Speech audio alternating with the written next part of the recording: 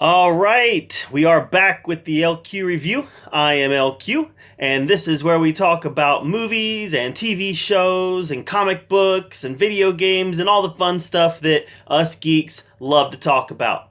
Today is my review of the Netflix original movie Polar.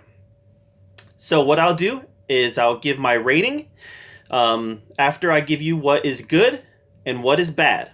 So I'll go over what's good, what's bad, and then I'm going to give my rating. My rating will be one of three ratings. We'll have, yes, see this movie. No, you should probably skip this movie. Or you can roll the dice on this movie. You might like it, you might not. So let's get started with Polar. First of all, this movie is based on the graphic novel of the same name, and it's about a hitman who is at the end of his career, and he's getting ready to retire, and the people who employ him, they want to take him out. They decide that he's getting ready to retire, he's not worth anything to them anymore, and instead of paying him benefits for the rest of his life, yes, retirement benefits, they're going to, which maybe it's one lump sum payout, but either way, instead of paying him the benefits that he has earned, they want to take him out before the benefits are due. So here's the good. The good is Mads Mikkelsen.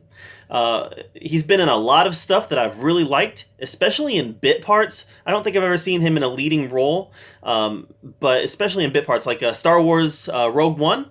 He was great in that as Jin's father, and I didn't know that he could carry a movie, but he carried this movie.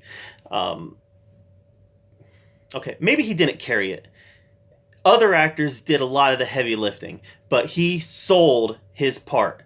He did what he had to do. The directors were able to put him in a role where he was able to showcase his strengths and hide his weaknesses. And I feel like Mads Mikkelsen did a really good job here of being that assassin. Also good, Vanessa Hudgens. Speaking of heavy lifting, Vanessa Hudgens was great. This was the best acting that she's ever done. I don't know that I really like where they took the character, some of the decisions that they made with the character. It wasn't my favorite character in the movie, by any means. The character would actually probably be under the bad category, but as far as acting is concerned, Vanessa Hudgens nailed the job. She was one of the people who really carried this movie. Also in the good is Ruby O'Fee. Ruby O'Fee plays one of the assassins on the team that's sent to kill our lead character. And she has a ton of screen presence, she has a ton of energy, and she just did a great job of selling this gleeful menace, this person who revels in violence and enjoys it, and might even turn them on a little. So she did a great job with that. Her character was rather mature. I didn't care for how graphic the character got, especially in some of the graphic sexual content. But she had fantastic screen presence. I'm going to get into some of the other part of her role here soon. But as far as the acting, she did a great job. Another good, Johnny Knoxville. I wasn't even expecting him to be in this movie. It was a real pleasant surprise. His part wasn't much more than a cameo, but his screen time was a lot of fun. I really liked his role. I laughed a little bit, and it's nice to see him continuing to pop up in movies. Another good thing is the action. If you like unrelenting action, if you like intense action, if you like action that is just nonstop, this is a good movie for you. The team of assassins that was sent after our lead character, they were very entertaining, and they really drove a lot of the action. Moving on to the bad. Matt Lucas. Matt Lucas played the bad guy, and he wasn't very convincing as a bad guy. He was rather comedic, kind of flamboyant. When did bad guys start being so bombastic in these movies? You know, what happened to the 80s bad guys who were just evil men in suits doing evil things because it made them money? This guy, you didn't know a lot of his motivation, and he was just a flamboyant, bombastic, crazily dressed guy.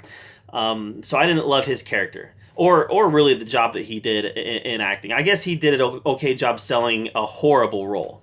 And then also in the bad is the torture porn. This movie had great pace going. The action was flowing, the character development was flowing, a lot of stuff was flowing, and then they stopped the movie in the middle to give you this 10-minute torture sequence. And it didn't work for me. It slowed the movie down, and I cringed a few times, and it didn't work for me. The torture scene stopped the movie. It stopped all the flow that it had. And speaking of the torture scene, the movie overall was just a little bit too graphic for the type of movie that it was. This wasn't a horror movie. So a lot of the graphic content, I just felt like was a little bit overboard. I know that Netflix seems to really like having their filmmakers, giving their filmmakers the opportunity to go big and go graphic, and in some ways I applaud it, because it can lead to creativity not having any kind of window that you have to stay within. But sometimes it seems like they go graphic with violence and nudity as a way to sell movie to the lowest common denominator.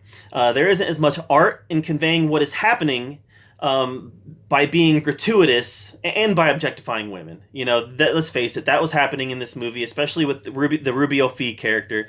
And I just felt like there wasn't art there, and that they were trying to go too big on that side of things. So as far as the rating is concerned, if you like John Wick, if you like unrelenting action, you're going to like this movie. I give this movie a thumbs up if the gratuitous violence and the gratuitous sexual content isn't going to be too much for you.